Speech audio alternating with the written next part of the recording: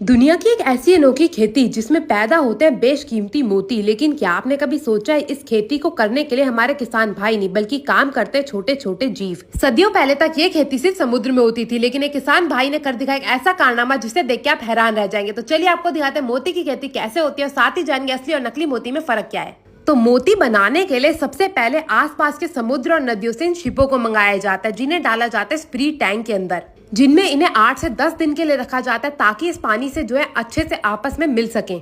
मैं आपको बता दूं, जो शिप होती है ना, वो पानी में रहने वाली मछली की तरह एक जीव होती है। इसके भी हाथ पैर होते हैं और यहाँ पे आप देख सकते हैं इसने पैर अपना बाहर निकाल रखा है और जैसे आप इसे हाथ लगाएंगे वैसे अपना पैर अंदर कर लेगी। अब इस प्री टैंक में रखने के बाद बारी आती है इनका ऑपरेशन करने की, जिसके लिए इन्हें एक रेत से भरी हुई ट्रे के अंदर जमाते हैं, जिसमें इनका जो मुंह है वो ऊपर की साइड होता है। तो यहाँ पे आप देख सकते हैं एक एक करके सारी शिपों को लगाते जा रहे हैं इस बड़ी सी रेत भरी ट्रे के अंदर और इनका जो मुंह है वो बाहर की साइड निकला हुआ है।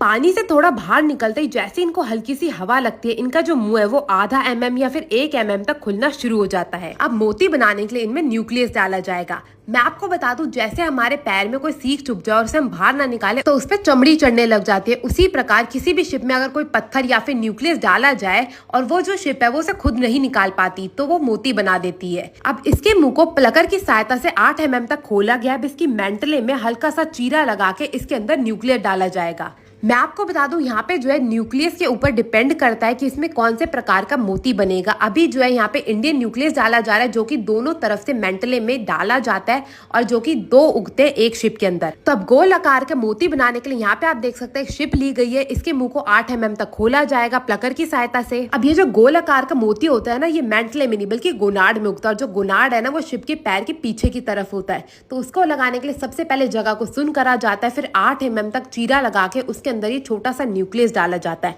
न्यूक्लियस को अंदर अच्छे से डालने के बाद जगह को अच्छे से बंद करा जाता है, हल्का हल्का दबा दिया जाता है इसकी चमड़ी को और उसके बाद इसे ऐसे ही छोड़ दिया जाता है, खुद ब खुद अपना मुंह बंद कर लेती है। और अब ऑपरेशन के बाद बारी आती है इनको एंटीबायोटिक और ऑक्सीजन देने की, जिसके बिना ये सर्वाइव नहीं कर सकती। तो यहाँ पे आप देख सकते हैं करीबन 2 लीटर पानी में थोड़ी सी दवाई डाली गई है जो कि एंटीबायोटिक और ऑक्सीजन दोनों का ही काम करती है। अब इसमें एक एक करके सारी शिप को डाल दिया जाएगा जिन्हें ऑपरेट करा गया था। उसके बाद ये ऑक्सीजन पाइप लगा के इन्हें आध घंटे तक ऐसे ही छोड़ दिया जाता है। इसके बाद इन्हें 5 दिन तक इस ऑब्जर्वेशन टैंक में रखा जाता है, जो कि एक तरीके से पोस्ट टैंक होता है, जिसमें देखा जाता है कि जितनी भी शिप है वो सर्वाइव कर भी पा रही है या नहीं। और उसके बाद बारी आती है इन्हें मेन टैंक में शिफ्ट करने की, जिसमें ये मोती बनाती है। तो यहाँ पे आप देख सकते हैं एक बड़ी सी ट्रे लगी हुई है, जिसमें आप ऊपर देखेंगे तो एक बोतल भी लगी हुई है, जिसमें डेट डाल के रखा जाता है कि कब सारी शिपों को डाला गया था और इन्हें कब निकालना है। मैं आपको बता दूं, शिप से मोती बनाने में ना 1 से 1.5 साल लग जाता है, इसीलिए यहाँ पे चिट डाल के रखा जाता है।